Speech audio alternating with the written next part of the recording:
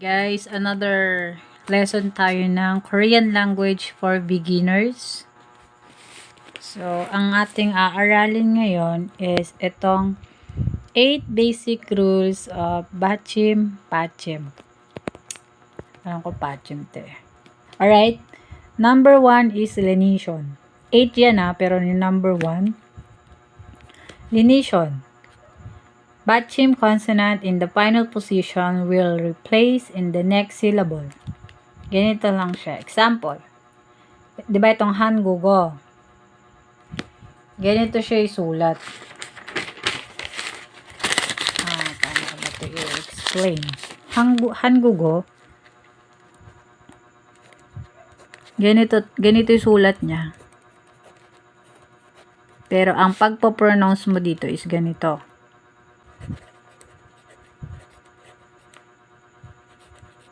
Yan, ganyan siya ipopronounce. Hangugo. Ganito yung pagkasulat niya na totoo, pero yung pronunciation niya ganito. Gets nyo ba? Erong an tayo. Tulad na to. Ito, ipopronounce mo siya. Ito, ipopronounce mo din siya sa an tayo. Parang ganito na siya. Ganyan. Parang ganyan na siya. Opsoyo. Diba? Ito na to. Yung siyot, tapos yung o magsasama. Magiging opsoyo. Ganyan yung pronounce. Pero ganito pa rin sulat niya. Isoyo is there is. Pero diba itsoyo dapat. Isoyo. Isoyo. Isoyo na yan. Tapos, alright, number 2 na tayo. Yan yung lenition, guys. Sa pronunciation lang yan. Kuyang. Ayan. Alright, number 2. Yung 40s. Hindi, 40 siya. Consonant, bachim, meet same consonant in the next syllable, then become tense, doubled. Ganito naman siya. And hakyo, magiging, pag ganyan mo siya, ibabasa mo na siya ng ganito. Itong sangkyok. Ayan. Hakyo. School. Duta.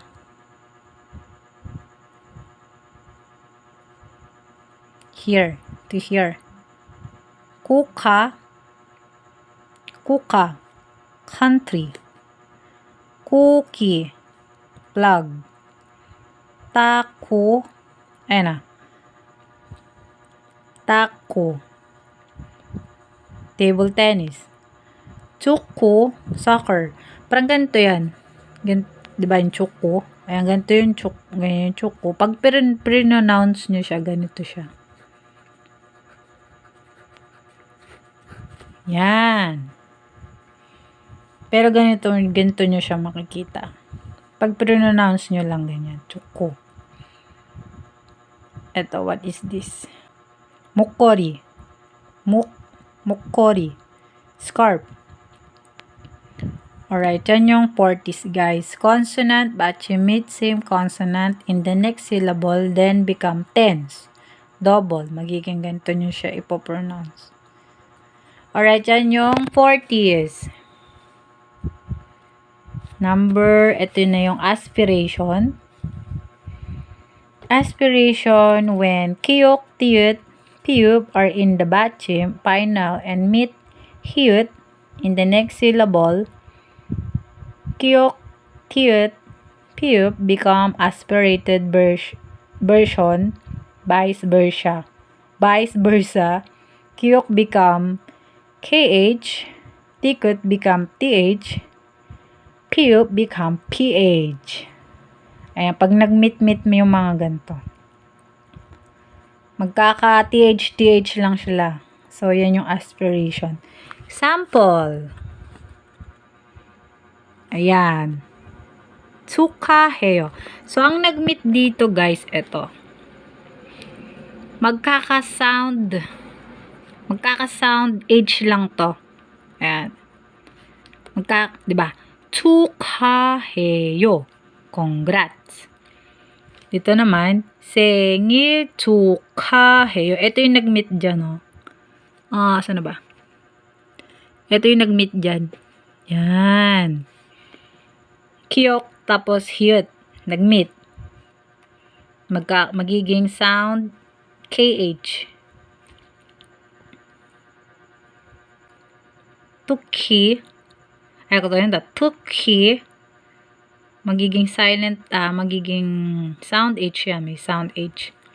Especially, 이렇게. Diba? 이렇게. Like this. 답해요. 답해요. 부탁해요. 부탁해요. 부탁해요. 부탁해요. Nota. So, ito yung sa aspiration, forties, and then lenition. 8 basic rules of Bachum yun, guys. Tapos, next, so, aspiration yun, yung magkaka-hyut. Pag nag-meet yan, etong hyut, magiging sound, magiging KH, TH, ganon, PH. Ganun lang siya, okay? So, nasalization.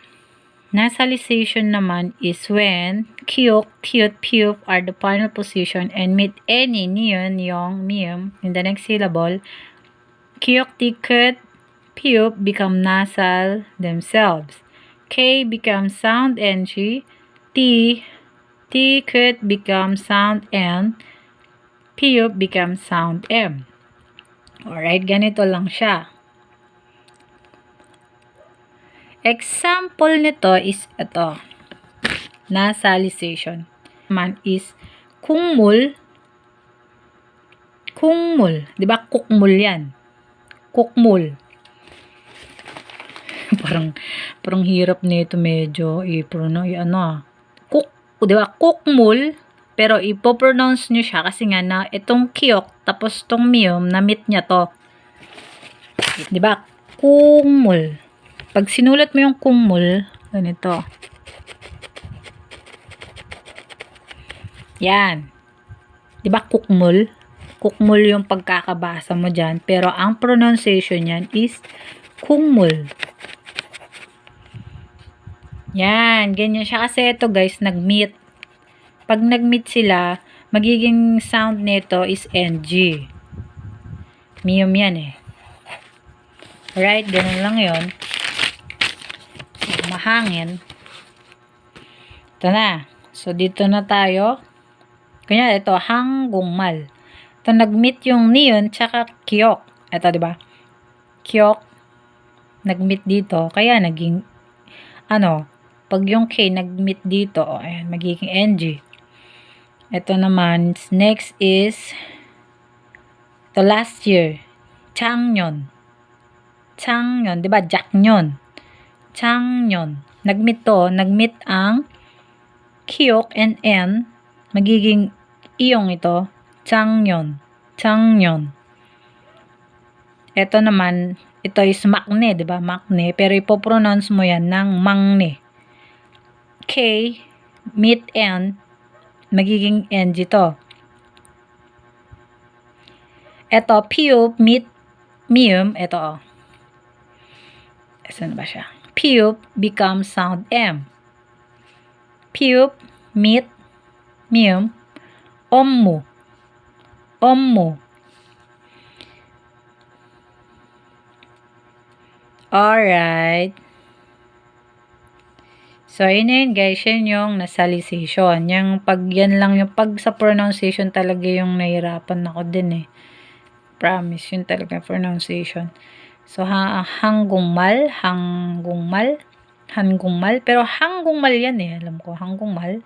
Kungmul, kyok mit m, mium, kungmul. So, na tayo? Flowing. So, ayun yung flowing. Flowing. Mahangin. flowing. Whenever real meets real, real meets neon, neon meets real, in the next syllable they become double L. Pag daw nag-meet ito, yung neon tapos yung real, magiging double L siya. Madali lang yan. Kaya ito, bowling. Bowling, di ba? Bowling. Bowling. Ito, nag-meet.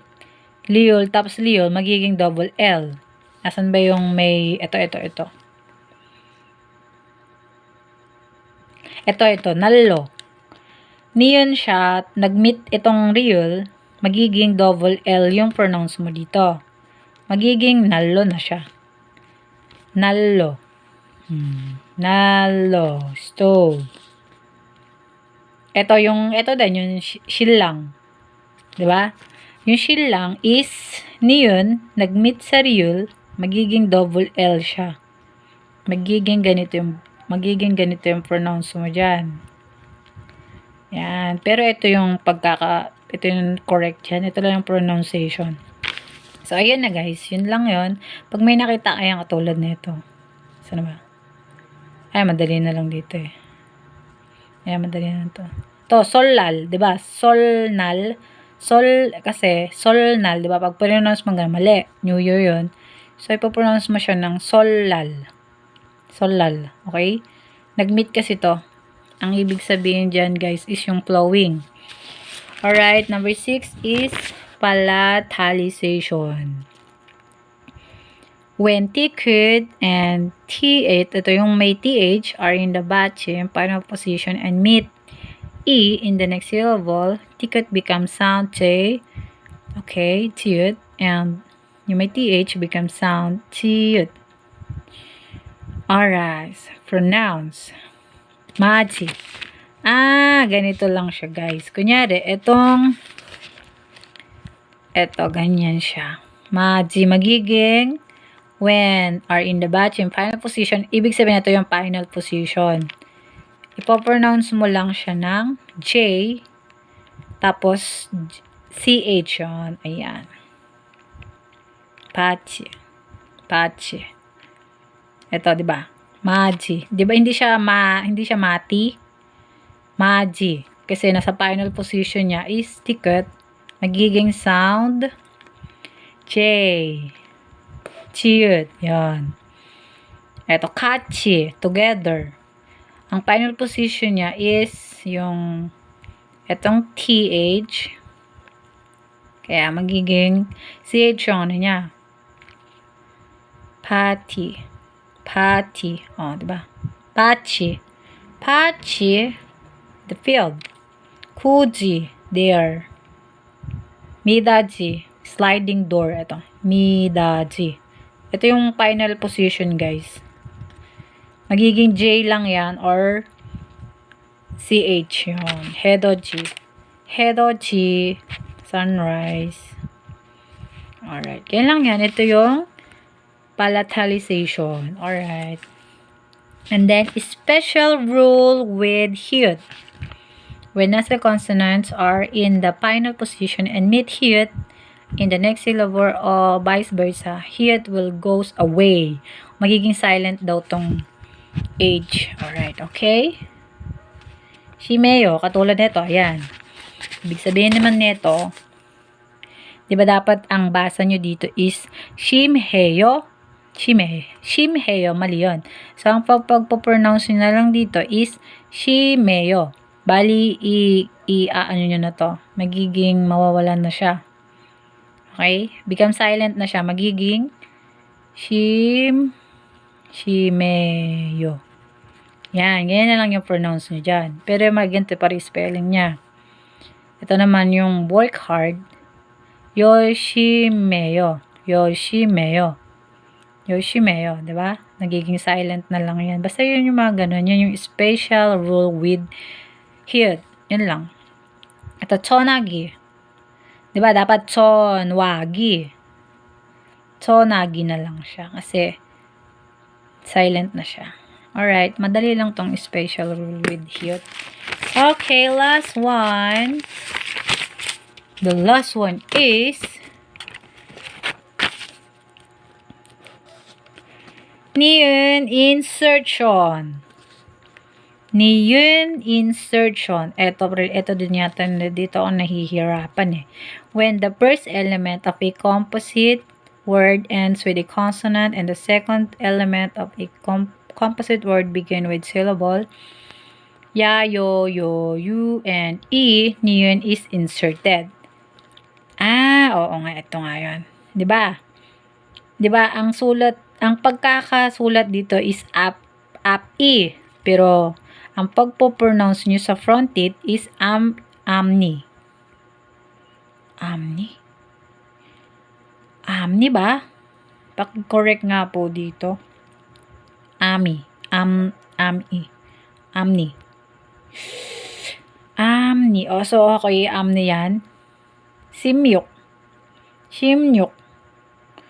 Pag-pronounce lang to ha. Ito guys, dito ako nahihirapan. Yan. Insertion. Color pen. Sengyong pil. Sengyon pil. Ito siya. Diba dapat is sekyon pil. Magiging sengyon pil. Sengyon pil.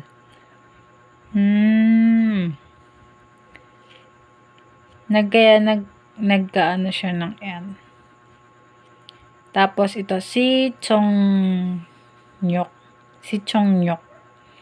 Ayan ito. Si Chongyok, nagka-insertion ng N dun. Ayan o.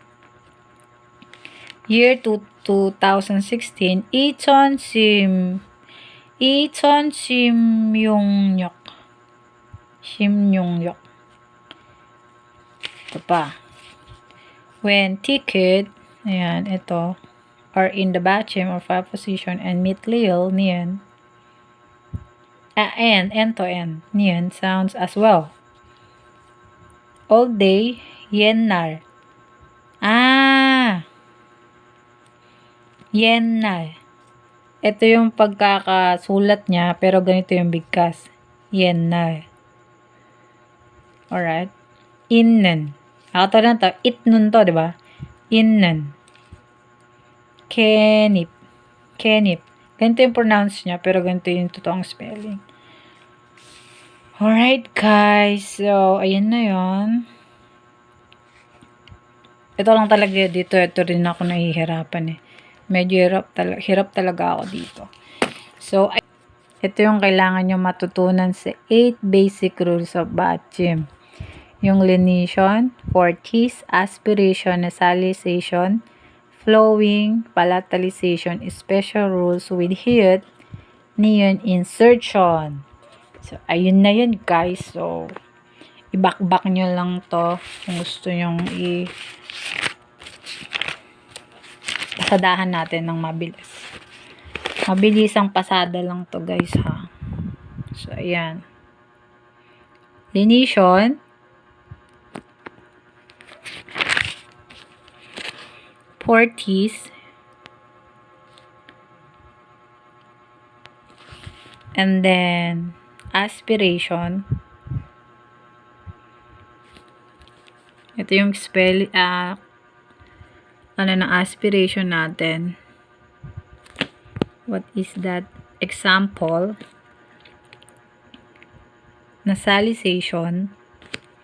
Nagbe-blurred siya guys. Nasalization with example. And then flowing. And then palatalization. Pronunciation lang talaga guys yung mahirap, promise. Special rule with hit. Ito madali lang siya. Ito yung mahirap guys. Yung number 8. Yan. Yung niyan insertion. Ito na ako nahihirapan. So, ayan. Ayan guys, so may natutunan kayo. So, ayun yung medyo mahaba to kasi 8 basic rules to of bachim. So, alright, annyeong. Next time ulit.